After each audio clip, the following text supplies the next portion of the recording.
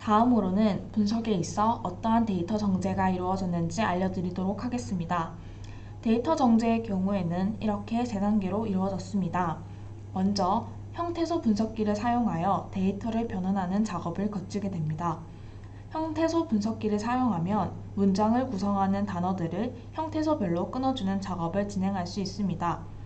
이러한 형태소 분리를 통해 정량적 분석을 수행할 수 있는 형태로 변환할 수 있습니다. 다음 단계에서는 유의미한 결과를 포함하지 않는 불용어 제거 작업을 실시합니다. 형태소 분석 후 나온 아래와 같은 불용어들을 제거하는 작업을 진행하면 보다 깔끔한 데이터를 도출해낼 수 있습니다. 마지막으로는 N그램 빈도를 통한 복합명사 보정 및 어휘 통제 작업을 실시합니다. 우선 N그램은 N개의 단어 연쇄를 의미하는데요. A 단어와 B 단어, 두 단어가 나란히 등장하는 빈도를 말합니다. 여기에서 보면 교육이라는 단어와 훈련이라는 단어가 N그램의 수치, 즉 데이터 내에서 나란히 등장하는 비율이 높음을 확인하고 교육, 훈련으로 붙여주는 작업을 실시하였습니다.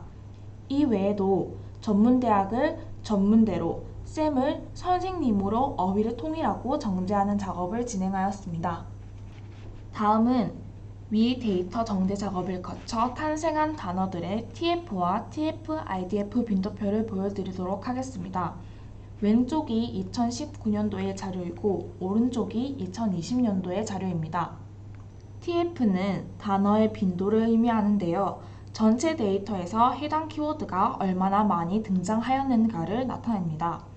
2019년도와 2020년도에 1위 키워드인 수업의 경우 TF 값이 각각 37,045, 18,404의 값을 나타냈는데요. 이것은 전체 데이터 내에서 수업이라는 단어가 해당 수치만큼 등장하였다는 것을 의미합니다. TF-IDF는 단어 빈도인 TF와 문서 빈도의 역수 IDF를 곱한 값인데요. 해당 단어가 문서 내에서 얼마나 중요한지를 나타내는 수치입니다.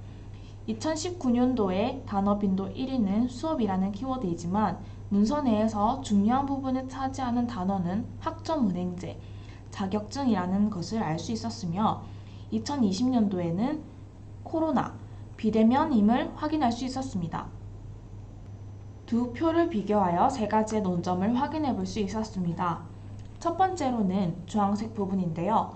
19년도에는 보이지 않았지만 20년도에는 코로나라는 키워드가 등장하였습니다. 코로나19 영향으로 전국의 모든 학교가 원격 교육을 실시하게 되면서 해당 키워드의 언급량이 증가한 것을 확인할 수 있었습니다. 두 번째로는 한색 부분인데요. 해당 키워드들을 통해서 19년도에는 온라인 수업과 원격 수업을 자격증 취득, 학점은행제에 주로 사용되어 왔다는 것을 알 수 있었습니다. 세 번째로는 초록색 부분입니다. 19년도에는 교육청, 학원 두 키워드가 낮은 순위권에서 등장하지만 20년도에 들어서 교육청의 권고와 지침이 변경함에 따라 그 순위가 상승되었다는 것을 확인할 수 있었습니다. 이번에는 텍스트홈으로 넘어가서 이와 같은 과정을 수행하는 것을 알려드리도록 하겠습니다.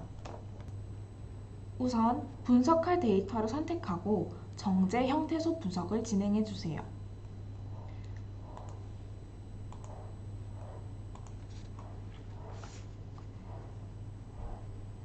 그럼 왼쪽에서는 정제 방법과 형태소 분석을 선택할 수 있는 구역이 뜨고 오른쪽은 선택한 수집 리스트가 등장합니다.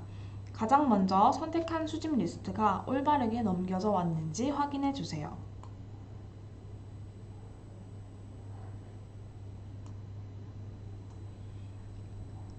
정제 방법은 직접 선택과 자동 정제, 선택 안함이 있습니다.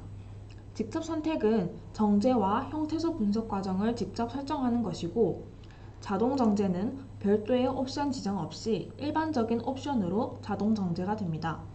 선택 안함의 경우에는 수집한 데이터를 정제와 형태소 분석 없이 있는 그대로 사용하고 싶으실 때 선택하시면 됩니다. 오늘은 직접 선택 부분을 진행하도록 하겠습니다. 데이터 정제에서 분리 정제 부분은 어떠한 부분을 데이터로 사용할 것인지 선택하는 부분입니다. 저희는 제목과 본문 내용 모두를 분석할 예정이기에 전체를 선택하도록 하겠습니다. 키워드 필터링의 경우엔 데이터 미리 보기를 통해서 광고성 데이터를 확인한 후 해당 키워드를 입력하면 되는데요. 이때 입력한 키워드가 삭제되는 것이 아니라 그 키워드가 포함된 문서 모두가 삭제되는 것이니 신중하게 선택하셔야 합니다. 중복 제거는 중복된 데이터를 제거하는 기능입니다. 링크 전체가 완전히 동일할 때 제거되는 URL 기반, 특수문자, 띄어쓰기까지 완전히 동일할 때 제거되는 내용 기반이 있습니다. 윈도우 사이즈는 한 문서 내에서 특정 키워드 앞뒤로 단어 개수 범위를 지정하는 것입니다.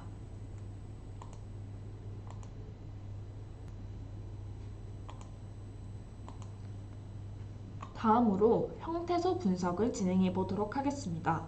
분석에 사용할 언어는 데이터가 한국어이기 때문에 한국어를 선택하였습니다. 분석기는 두 가지가 있는데요.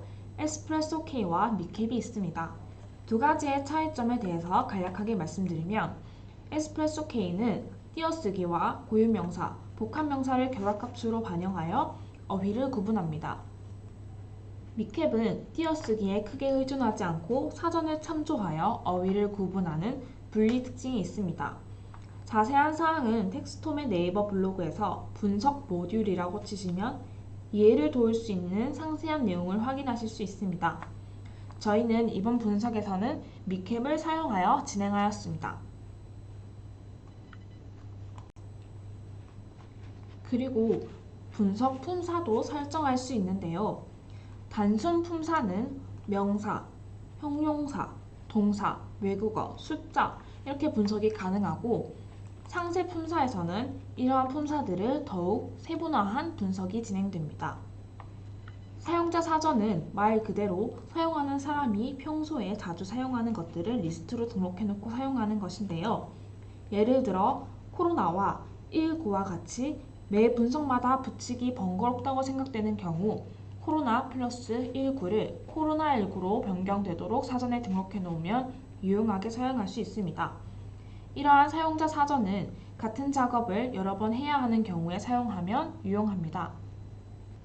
사용자 사전은 본인의 아이디를 클릭하면 하단에 사용자 사전이라는 카테고리가 있는데 이쪽에서 등록을 진행할 수 있습니다. 이렇게 모든 정제 과정을 선택한 다음 수집 리스트 부분에서 전체 선택을 누른 뒤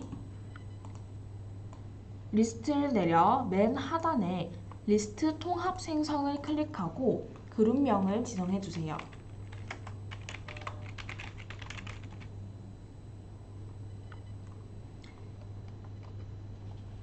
이것을 누르지 않으면 수집 리스트에서 보셨던 폴더 모양의 파일이 아닌 각 리스트가 개별로 등장하기 때문에 분석에 번거로움이 발생합니다. 모든 점검을 마쳤다면 분석 리스트 생성을 눌러주시면 되는데요. 이 버튼을 클릭하고 나면 데이터가 차감됩니다.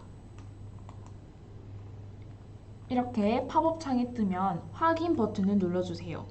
이때 여러 번 클릭을 하면 데이터가 여러 번 차감되는 불상사가 생길 수 있으니 사이트 화면 전환이 조금 느리더라도 기다려주세요.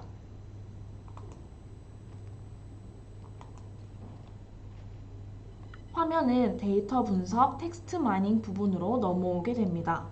그럼 이렇게 오른쪽 데이터 편집 부분에서 편집한 내용을 적용하고 있습니다 라는 문구가 뜨는데요. 이 부분이 편집된 데이터가 적용되었습니다 라는 문구로 변경될 때까지 기다려 주셔야 합니다. 적용이 되고 있는 과정에서 편집을 진행하면 데이터에 오류가 생길 수 있으니 꼭 작업이 완료된 후에 진행해 주세요. 여기까지가 정제 형태소 분석 부분이었습니다.